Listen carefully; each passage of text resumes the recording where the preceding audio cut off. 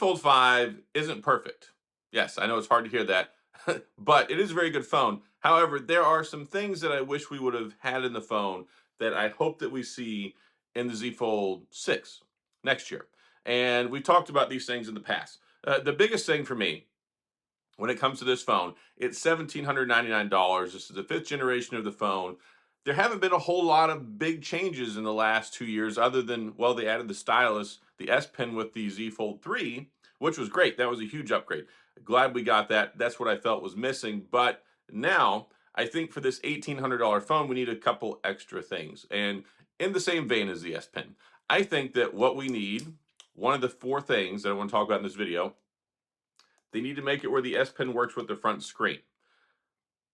It kind of takes away from the experience. A lot of times you're using it and you got the phone open, and you're like, okay, cool, da da da da. I'm writing on my screen, I'm using it, I'm making notes. Hooray, I made my thumbnail for my video, and then I close it and I've still got the S Pen out. I'm like, it would be nice.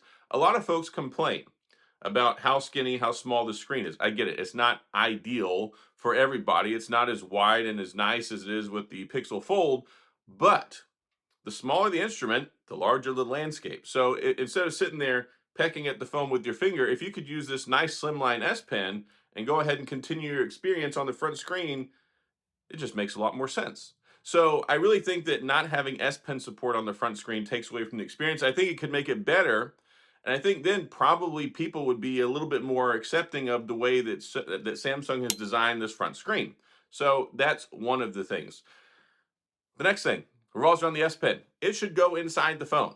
Now, I'm very grateful that it is more slimline now. Like, there's not that bump on the back. I didn't think it was that big of a deal. I do appreciate the S Pen that we had previously with the Z Fold 4, especially the case on the back. It was so easy to get the S Pen in and out. However, what you can do with this case finally is you can wirelessly charge it while it has the S Pen intact on the back. And you can see it's almost kind of like part of the phone.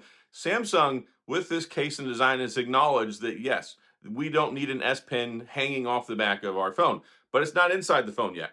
And we know that there was a functional, well, maybe it was functional, but there was a prototype model they had that actually had a little bit wider screen and had the ability to put an S Pen inside of it. So I think that the second thing that I really think that we should get with the next Z Fold is the ability to put the S Pen inside of it. I think that would take it to the next level. It would open up more opportunities, and you can't tell me they can't find the room somewhere in there. And they've already made a smaller S Pen. So I think they're probably pushing us towards that.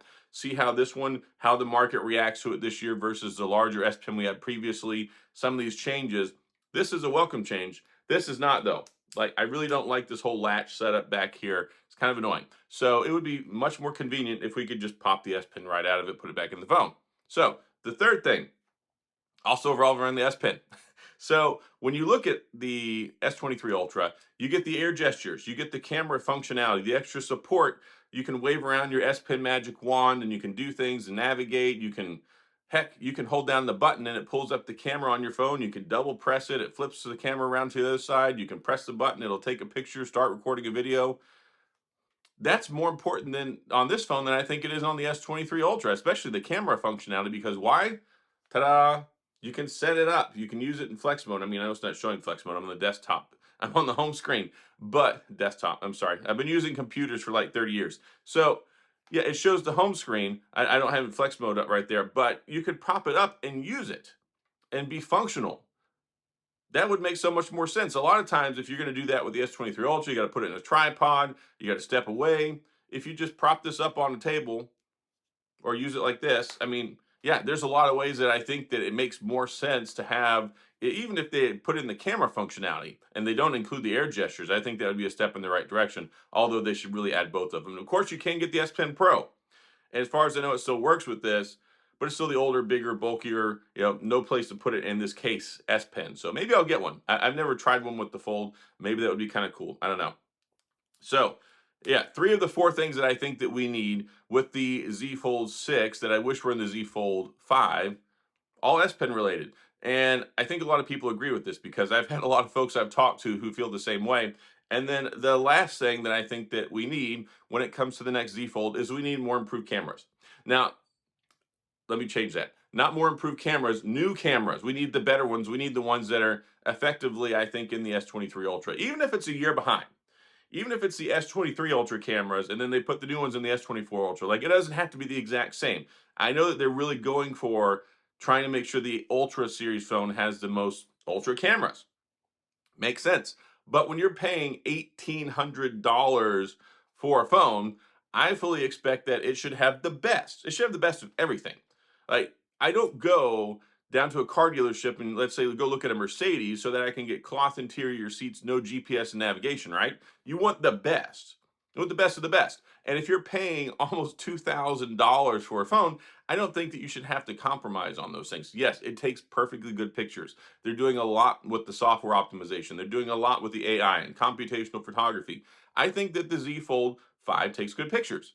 But telephoto is not the greatest in the world. There's no 100 times zoom. There's no macro capability. And it's still the S22 primary series cameras. So I feel like if I'm going to spend that much money, if you're going to spend that much money, then we should have that, right? I makes sense to me, right? So those are the four things. And kind of the fifth thing that I think this one's maybe more of an intangible. It's not an actual feature. I think we need to start talking about price decreases. Hear me out. So a lot of times, and one of the reasons you see the same kind of general design for years and years is they kind of get a process for how they make things. That's why the iPhone looks basically the same every year. It saves them money. Every year that a phone doesn't change its fundamental design, it saves them money. And that's one of the reasons they can keep the prices down lower and stuff. And I made a video about this before talking about how much the actual S23 Ultra, the iPhone 14 Pro Max costs. It's like 400 or 500 bucks. And then they sell it for 1,000, 1099, 1199. Yes, there's things like supply and distribution and all sorts of other stuff. There's a lot of things that are not factored into that. That's just parts. But we're on the fifth generation of this foldable screen. We're on the fifth generation of basically the same. Like, there's not a whole lot that they're fundamentally changing here, and they're not really shooting for the moon with this, trying to be crazy and giving us extra new stuff. So that tells me that they're milking the profit margins. At least that's my thought. So I really feel like prices on these should start to come down. That was the whole. That's usually how it works. Once they first come out, a new technology comes out, it gets cheaper and cheaper over time. And we've seen it with the other phones. We've seen it with the Z Flip. It was what originally 1380, then it went to 1449, and then dropped to 999. And then we started with the Z Fold, 1999, and then second generation 1999, third generation they dropped it 1799. I feel like we could probably drop this to 1699, 1599, and yeah, they might not make as much off their profit margin, but at the same time, they would probably sell more. So I don't know. That's just some food for thought, some different things I would have liked to have seen that we got with the Z Fold 5. Again, the Z Fold 5 is a very good phone. I like it a lot. Best one they've ever made, et cetera, et cetera, et cetera. Insert Apple claims here. But yeah, I think going forward, we have to look at what we're going to expect for the Z Fold 6 now, because of course they always hold things back because they want to put them in the next phone to entice you to buy that one.